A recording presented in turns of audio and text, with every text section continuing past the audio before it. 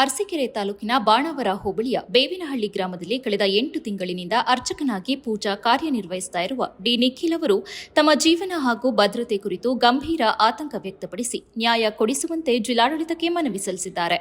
ಮುದ್ರಾ ಇಲಾಖೆಯಿಂದ ಬರಬೇಕಾದ ಗೌರವಧನ ಸಿಗದೆ ಜೀವನ ನಡೆಸುವುದು ಕಷ್ಟವಾಗಿದ್ದು, ಈ ನಡುವೆ ಕೆಲ ವ್ಯಕ್ತಿಗಳು ನನಗೆ ಜೀವ ಬೆದರಿಕೆ ಹಾಕ್ತಾ ಇದ್ದಾರೆ. ಜಮೀನು ವಿಚಾರದಲ್ಲಿ ಸುಳ್ಳು ಅಪವಾದಗಳನ್ನು ಸೃಷ್ಟಿಸಿ ಊರಿನಿಂದ ಹೊರಹಾಕಲು ಪ್ರಯತ್ನಿಸುತ್ತಿದ್ದಾರೆ. ದೇವಾಲಯದಲ್ಲಿ ಪೂಜೆ ಮಾಡಿಸಿದ್ರೂ ಸಂಬಳ ನೀಡಲು ನಿರಾಕರಿಸಲಾಗಿದೆ. ಈ ಬಗ್ಗೆ ಪೊಲೀಸ್ ಠಾಣೆ ಹಾಗೂ ತಹಸೀಲ್ದಾರ್ ಕಚೇರಿಗೆ ದೂರು ನೀಡಿದರೂ ಯಾವುದೇ ಕ್ರಮ ಕೈಗೊಳ್ಳಲಾಗಿಲ್ಲ. ನನಗೆ ಏನಾದರೂ ಅನಾಹುತ ಸಂಭವಿಸಿದ್ರೆ ಅಥವಾ ಆತ್ಮಹತ್ಯೆಗೆ ಮುಂದಾದರೂ ಇದರ ಹೊಣೆ ಸಂಬಂಧಿತ ವ್ಯಕ್ತಿಗಳದ್ದೇ. ಈಗಾಗಲೇ ನನ್ನ ಮೇಲೆ ಹಲ್ಲೆ ನಡೆದಿದ್ದು, ಜಿಲ್ಲಾಧಿಕಾರಿಗಳು ಮತ್ತು ಅಧಿಕಾರಿಗಳು ತಕ್ಷಣ ಸ್ಥಳಕ್ಕೆ ಬಂದು ನನಗೆ ನ್ಯಾಯ ಒದಗಿಸಬೇಕೆಂದು ಅರ್ಚಕ ನಿಖಿಲ್ ಮನವಿ ಮಾಡಿದರು. ನಮಸ್ತೆ, ನನ್ನ ಹೆಸರು ನಿಖಿಲ್ ಅಂತ. ನಮ್ಮದು ಅರಸೀಕೆರೆ ಬಾಣಾವರ ಬೇನಹಳ್ಳಿ ಗ್ರಾಮ. ನಾನು ಆಂಜನೇಯ ದೇವಸ್ಥಾನ ಮತ್ತು ಬಸವನ ದೇವಸ್ಥಾನ, ಬೇರೆ ದೇವರ ದೇವಸ್ಥಾನ ಪೂಜೆ ಮಾಡ್ತಾಯಿದ್ದೆ. ನಾನು 8 ತಿಂಗಳಿಂದ ಪೂಜೆ ಮಾಡ್ತಾಯಿದ್ದೆ.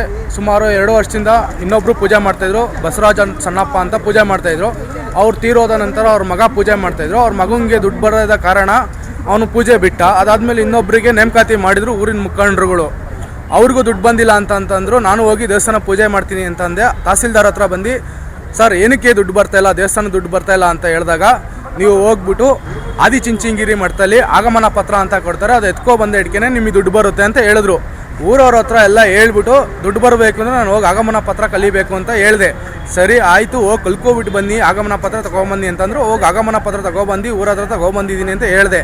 ಸರಿ ಆಯಿತು ಅಂತ ಎಲ್ಲರೂ ಊರವರೆಲ್ಲ ಸೇರಿ ಸೈನ್ ಮಾಡ್ಕೊಂಡು ಕೊಟ್ಟರು. ಫಸ್ಟು ಸ್ಟಾರ್ಟಿಂಗು ತೊಗೊಂಡೋಗ್ಬಿಟ್ಟು ನಮ್ಮ ತಹಸೀಲ್ದಾರ್ ಕೊಟ್ಟು, ಸರ್ ಈ ಥರ ಆಗಿದೆ ನೋಡಿ, ಎಲ್ಲರೂ ಸೈನ್ ಮಾಡಿದ್ದಾರೆ ಬನ್ನಿ ಅಂತ ಹೇಳಿದಾಗ ಅವ್ರೇನು ಮಾಡಿದ್ರು, VARನ ಕಳಿಸಿದ್ರು ಊರಿಗೆ. VR ಬಂದಾದಾಗ ಸರಿ ಆಯಿತು, ಇವ್ನು ಪೂಜೆ ಮಾಡ್ತಾಯಿದ್ದಾನೆ ಒಪ್ಕೊಂಡು ಎಲ್ಲರೂ ಸೈನ್ ಮಾಡಿ 8 ತಿಂಗಳಿಂದ ಮಾಡ್ತಾಯಿದ್ದಾನೆ, ಪೂಜೆ ಮಾತ್ರ ನಾವು ಮಾಡಬೇಕು, ದುಡ್ಡು ಮಾತ್ರ ನಮ್ಮ ಅಕೌಂಟಿಗೆ ಬರಬಾರ್ದು ಅಂತ ಕೇಳಿದೆ. ಒಂದು ದೊಡ್ಡ ತಪ್ಪಾಗಿ ಪೂಜೆಯಿಂದ ತಗ್ಸಿದ್ರು. ಅದಕ್ಕೆ ಕಾರಣ ಏನು ಅಂತಂತಂದರೆ, ಆ ಬೆಳ್ಳಿ ಆಗಲಿ ಒಡವೆ ಆಗಲಿ ಭಕ್ತರುಗಳು ಬಂದಂಥವ್ರು ಯಾರೇ ಆಗಲಿ ನಾವು ಅವ್ರ ಮನೆಗೆ ಕರ್ಕೊಂಡು ಹೋಗ್ಬೇಕಾದ್ರೆ ಒಡವೆ ತೊಗೊಬನ್ನಿ, ಒಡವೆ ಹಾಕ್ಕೊಂಡು ತೊಗೊಬನ್ನಿ ಅಂತ ಕೇಳಿದ್ರು.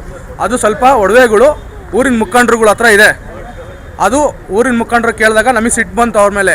ಇವು ನನ್ನ ಹತ್ರ ಬಂದು ಕೇಳ್ತಾ ಇದ್ದಾನಲ್ಲ ಒಡವೆಗಳೆಲ್ಲ. ಇವಾಗ ದೇವಸ್ಥಾನಗಳಿಗೆ ದುಡ್ಡು ಎತ್ತುತ್ತಾರೆ ಎಷ್ಟೋ ಜನ. ನಾವು ಹೋಗಿ ದುಡ್ಡು ಎತ್ತಿದ್ವಿ.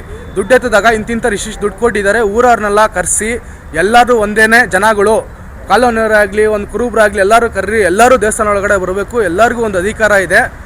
ಒಂದು ದೇವಸ್ಥಾನ ಉದ್ಧಾರ ಆಗಬೇಕು, ಒಂದು ಊರು ಉದ್ಧಾರ ಆಗಬೇಕು, ಒಂದು ಜಾತ್ರೆ ನಡೀಬೇಕು ಅಂದರೆ ಎಲ್ಲರೂ ಒಗ್ಗಟ್ಟಾಗಿರಬೇಕು ಅಂತ ಕೇಳಿದೆ. ನೀನು ಯಾರಿದೆಲ್ಲ ಮಾಡೋಕ್ಕೆ, ನಾವು ನಿಮಗೆ ಅವಕಾಶ ಮಾಡ್ಕೊಂಡು ಕೊಡೋಲ್ಲ, ದುಡ್ಡು ನನ್ನ ಅಕೌಂಟಿಗೆ ಬರಬೇಕು, ಹಂಗಿದ್ರೆ ಪೂಜೆ ಮಾಡೋದಿದ್ರೆ ಮಾಡು, ಇವೆಲ್ಲ ಬಿಟ್ಬಿಟ್ಟು ಟೇಸ್ಟ್ಗಳ ನೀನು ಪೂಜೆ ಬಿಡಲೇಬೇಕು ಅಂತೇಳಿ ಅನಾವಶ್ಯಕವಾಗಿ ದುಡ್ಡನ್ನ ತಿನ್ಕೊಂಡು, ಇವಾಗ ನಮ್ಮದು 500 ರೂಪಾಯಿ ದುಡ್ಕೋಬೇಕು ಅಂದರೆ ಒಂದು ಕಷ್ಟ ನಿಮಗೆ ಗೊತ್ತಿರುತ್ತೆ.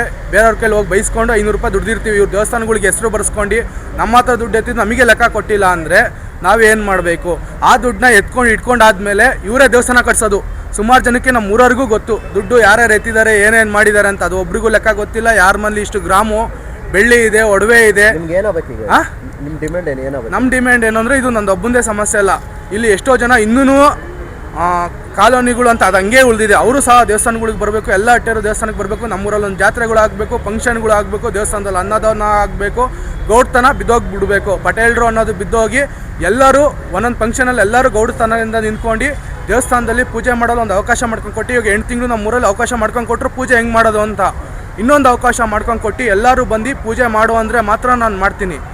ಹೆಂಗೆ ಮಾಡ್ಬೋದು, ಯಾವ ಥರ ಮಾಡ್ಬೋದು ಅಂತ ನೆಕ್ಸ್ಟ್ ಸತಿ ಇನ್ನೊಂದು 5 ವರ್ಷ ಬಿಟ್ಟು ತೋರಿಸಿದ್ರೆ ಗೊತ್ತಾಗುತ್ತೆ. ನನ್ನಂಥ ಮಾದರಿಯಾಗಿರೋ ಹುಡುಗ ಗೊತ್ತಾಗುತ್ತೆ. ಬರಬೇಕು, ಎಲ್ಲರೂ ಬಂದು ನನಗೆ ಸಹಕರಿಸಿ ಏನು ತಪ್ಪಿದೆ ಅಂತ ಊರವ್ರ ಮುಂದೆ ಕೇಳಿ, ನನ್ನ ಪೂಜೆಯಲ್ಲಿ ಏನಾರು ತಪ್ಪು ಮಾಡಿದರೆ ಪೂಜೆ ಬಿಡಿಸಿ, ನಾನು ಏನಾರ ದೇವಸ್ಥಾನದಲ್ಲಿ ಒಡವೆ ಆಗಲಿ ದುಡ್ಡಾಗಲಿ ಏನೋ ಎತ್ಕೊಂಡಿದ್ರು ಅದು ಪರವಾಗಿಲ್ಲ. ನಾನು ಕೇಳಿದ್ದು, ನಾನು ಪೂಜೆ ಮಾಡಿದ್ದು ನನಗೆ ಕೊಡಿಸಿ ಅಂತಂದರೆ ಊರಿನ ಮುಖಂಡರುಗಳೆಲ್ಲ ಪೂಜೆ ದುಡ್ಡು ಬರಬಾರ್ದು ಅಂತ ನಿಲ್ಲಿಸಿದ್ದಾರೆ. ಪಾಪ ಹುಡುಗ ಪೂಜೆ ಮಾಡಿದ್ದು ಅವ್ರ ಅಪ್ಪ ಅವ್ರು ಎದುರಿಸಿರೋದಕ್ಕೆ ಹುಡುಗ ನನಗೆ ದುಡ್ಡೇ ಬೇಡ ಅಂತ ಹೇಳೋ ಲೆಕ್ಕಾಚಾರಕ್ಕೆ ಬಂದಿದ್ದಾನೆ.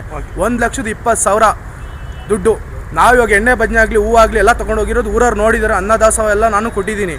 ನನ್ನ ದುಡ್ಡು ನನಗೆ ಬರ್ದಂಗೆ ಮಾಡಿದ್ರೆ ನಾವು ಎಲ್ಲಿಗೆ ಹೋಗಬೇಕು, ಏನು ಮಾಡಬೇಕು? ನನಗಿದೊಂದು ನ್ಯಾಯ ಕೊಡ್ಸ್ಕೊಂಡು ಕೊಡಿ. ಎಲ್ಲರೂ ಬಂದು